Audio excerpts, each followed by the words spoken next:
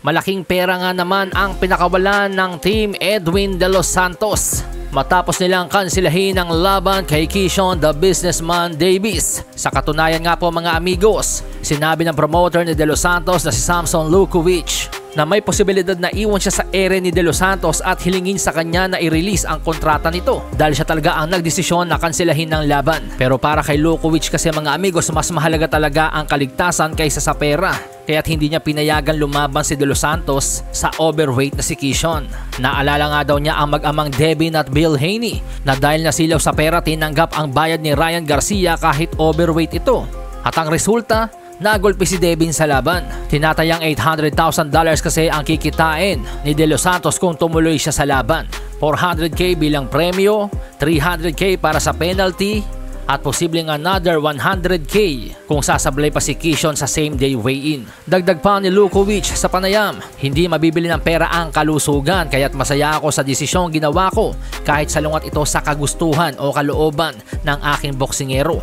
Dapat itong magsilbing halimbawa para sa iba pang mga promoter at manager. Kailangan nilang protektahan ng kanilang mga boksingero mula sa ganitong panganib.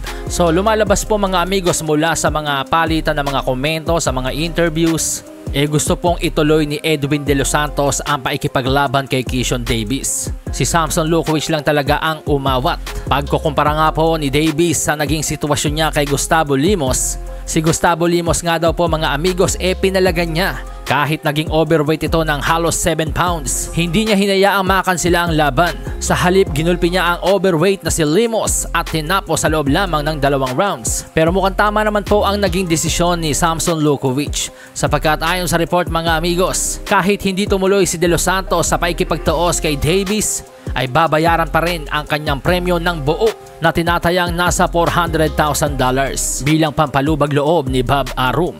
Kung meron mang dapat mabuwisit sa nangyari, yun ay walang iba kundi si Keyshawn. Dahil ayon sa report siya po ay hindi babayaran ng top rank. At heto pa ang isang dagok na posibleng dumating kay Keyshawn Davis mga amigos. May mga bali-balita po ngayon na balak siyang sampahan ng kaso ni Nahir Albright matapos nila itong physicalin sa backstage. Malasahin ang baraha, patunayan mo sa akin ha. Sino man ang mabunot na kalaban, di ka tatakbo ha.